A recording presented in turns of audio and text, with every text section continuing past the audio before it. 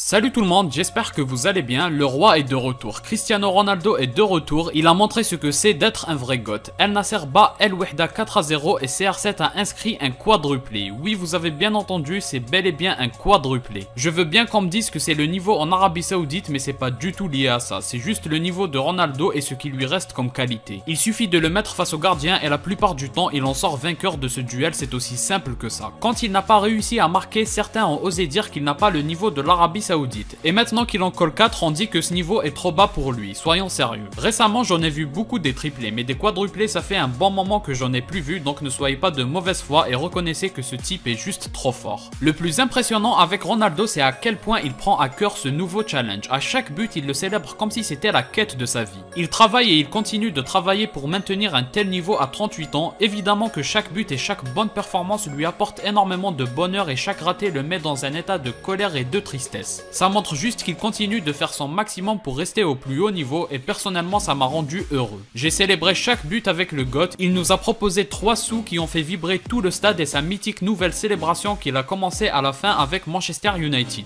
Bon, on va décrypter chacun de ses buts et analyser ce match. Détrompez-vous, l'adversaire n'était pas si facile à battre et il y a pas mal de choses à dire qui justifient qu'on a enfin vu un grand Ronaldo avec El Nasser. Alors oui, je ne dis pas que l'adversaire c'est Manchester City, loin de là, je suis conscient qu'ils ont laissé des espaces et qu'ils se sont fait bouffer en première mi-temps, mais c'est la capacité de Ronaldo à redoubler les efforts et profiter de chaque opportunité, c'est ça qui est le plus impressionnant. Ses coéquipiers ont été dans de bonnes situations mais n'ont pas réussi à les concrétiser. Lui, il a réussi et c'est ça qui fait la différence, sans compter le nombre de mauvaises passes qu'il reçoit qui sont trop souvent trop mal appuyées ou pas dans le bon espace. El Wihda a réussi à mettre en difficulté El Nasser sur la profondeur, j'ai l'impression que tout le monde a compris que la profondeur c'était pas le point fort défensif des coéquipiers de Ronaldo. D'ailleurs, c'est eux qui touchent le poteau en premier avant même que la série des 4 buts de CR7 ne débute. Mais la domination a été trop forte en première mi-temps et les pertes de balles au milieu de terrain ont permis à cette équipe d'El Nasser de se retrouver et de bénéficier de la qualité de buteur exceptionnelle de Ronaldo. Sur le premier but, ce qu'il faut souligner, c'est ces fameuses décisions de Ronaldo qui veut venir participer au jeu pour aider ses coéquipiers qui sont trop souvent dans l'impasse et qui manquent beaucoup d'inspiration. Il vient alors échanger avec Garib et il en profite pour se faufiler dans l'espace entre le latéral et le défenseur central. Mais alors là, sur ce but, c'est du très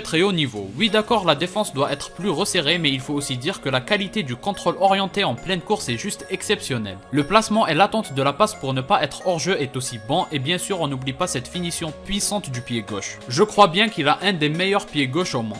En tout cas sur le coup ça termine petit filet à ras de terre, ce qui met en grosse difficulté le gardien. Sur le deuxième but, c'est encore une fois Garib à l'origine, il y a une perte de balle au milieu de terrain. Garib est vite servi, il contrôle bien et sert un coéquipier avec une belle talonnade et c'est ça qui fait une grande différence sur cette action. Parce que ça permet surtout d'aller dans le sens du jeu et de ne pas freiner le jeu et c'est ça qui manque grandement à ce championnat. Bref, celui qui reçoit la passe n'a plus qu'à servir Ronaldo parti dans la course qui termine entre les jambes du gardien. Là encore, pour parler de Ronaldo, le fait qu'il met une vitesse au défenseur sur la course alors qu'il a 38 ans, ça restera un mystère. Et encore une fois, au moment d'apprendre que son but est validé, il montre une énorme joie. Il n'est pas là pour rigoler, il veut vraiment gagner et performer. Et ceux qui méprisent l'Arabie Saoudite et son niveau, bah c'est pas son problème. La deuxième mi-temps reprend et commence bien pour le GOAT. Son équipe obtient un penalty sur un duel aérien où le défenseur touche le ballon de la main bêtement. Ronaldo ne se trompe pas, le gardien part du bon côté mais un Ronaldo si serein et si confiant met de la puissance et de la précision dans son tir. Il ne laisse donc aucune chance pour le gardien, d'autant plus qu'il se met à voir les mouvements du gardien. Donc s'il maîtrise son état émotionnel pendant les penalties, ça deviendra encore plus facile pour lui. Et enfin, il termine ce quadruplé sur un nouveau but où il met une vitesse encore une fois au défenseur. Cette fois-ci, son tir est arrêté et n'est pas assez puissant mais il est réactif sur le coup en marquant dans un second temps. Le voir répéter les efforts et surtout voir que tous ces efforts payent, ça a été une joie indescriptible. 4 buts en un seul match, je crois qu'on s'en rend pas bien compte de la dinguerie. Maintenant, si on rentre dans l'analyse du match rapidement, l'absence de Talisca lui a fait beaucoup de bien. Il a eu 10 soldats autour de lui qui ont beaucoup travaillé pour que l'équipe ait la possession du ballon, mais surtout il était le premier recherché et dans le bon timing.